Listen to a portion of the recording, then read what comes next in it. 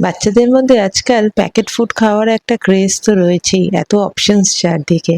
তো বাড়িতেই যদি এরকম কুরকুরে পাস্তা বানিয়ে দেওয়া যায় তাহলে মন্দ কি। আজকে তোমাদের সাথে সেই বাচ্চাদের জন্যই একটা স্ন্যাক্স রেসিপি শেয়ার করছি। আমি কমলিকা, আমার রান্নাঘরে তোমাদের সবাইকে স্বাগত জানাই। প্রথমে কিছুটা জল গরমে বসিয়ে দিয়েছি আর নিয়েছি এক বাটি পাস্তা। জলের মধ্যে দিয়ে দিয়েছি কিছুটা নুন আর কিছুটা তেল। তেলটা দিয়েছি যাতে একটার সাথে আরেকটা পাস্তা লেগে না যায়। এবার জলটা ফুটে উঠলে পাস্তাগুলো ভালো করে মিশিয়ে দিয়েছি ওর মধ্যে। এবার যখন 5 মিনিট বাদে এরকম সেদ্ধ হয়ে যাবে, ওভারকুক একদম করবে না। এবার এটার ভালো করে জল ঝারিয়ে ঠান্ডা করে নিতে হবে। এরকম একটা ছাঁকনির মধ্যে আমি এটাকে ছেঁকে নিয়েছি। এটা এবার ঠান্ডা হতে থাক, ততক্ষণে একটা মশলা বানিয়ে নিচ্ছি। যার জন্য নিয়েছি কিছুটা চাট মশলা, বিট নুন আর আমচুর পাউডার। ভালো করে মিশিয়ে নিয়েছি। এটা কিন্তু যে কোনো ভাজাভুজিতে দিয়ে দেখতে পারো, খুব টেস্ট হয়। আর এদিকে পাস্তাটা ঠান্ডা হয়ে গেছে আর আমি নিয়েছি 2 চামচ মতো কর্নফ্লাওয়ার। কর্নফ্লাওয়ারের সাথে কালারের জন্য আমি দিয়েছি কিছুটা কাশ্মীরি লঙ্কার গুঁড়ো। তোমরা চাইলে লঙ্কার গুঁড়ো বা গোলমরিচ গুঁড়োও ইউজ করতে পারো।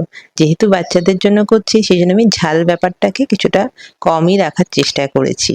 তোমরা নিজেদের স্বাদ মতো দিও। তবে এটা ঠিক, ঝাল দাও আর না দাও এটার টেস্ট কিন্তু সত্যি খুব সুন্দর হয়। ঘরে বসে যে এরকম কুরকুরে পাস্তা বানানো যায় সেটা কিন্তু না বানালে বুঝতে পারবে না। এবার কিছুটা তেল আমি কড়াইয়ে গরমে বসিয়েছি। তেলটা কিন্তু হাই ফ্লেমেই রেখো। কিছুটা পাস্তা অল্প অল্প করে দিয়ে এটাকে ভালো করে ভেজে নিতে হবে যতক্ষণ না পুরোপুরি ক্রিস্প হচ্ছে। এটা ভাজতে খুব বেশি 3 থেকে 4 মিনিট টাইম লাগবে, তার বেশি কিন্তু লাগবে না। ঝটপট তৈরি হয়ে যায়। আর শুধু বাচ্চারা বলে নয়, বিকেলবেলা চায়ের সাথে চাটাও কিন্তু এটা দিয়েই সারতে পারো।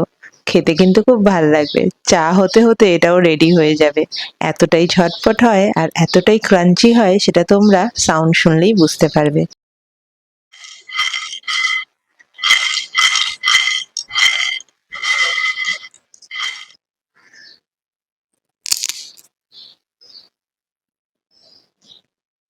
দোকান থেকে পোড়া তেলের ভাজা চিপস না খাইয়ে বাড়িতে এরকম বেশি করে বানিয়ে রেখে দিতে পারো।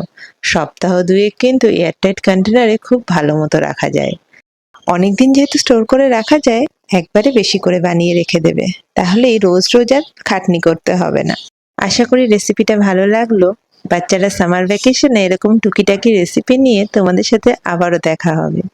ভালো লাগলে একটা লাইক শেয়ার করে দিও। এরকমই আমার পরের রেসিপিগুলো পেতে গেলে আমার চ্যানেলে সাবস্ক্রাইব করে দিও।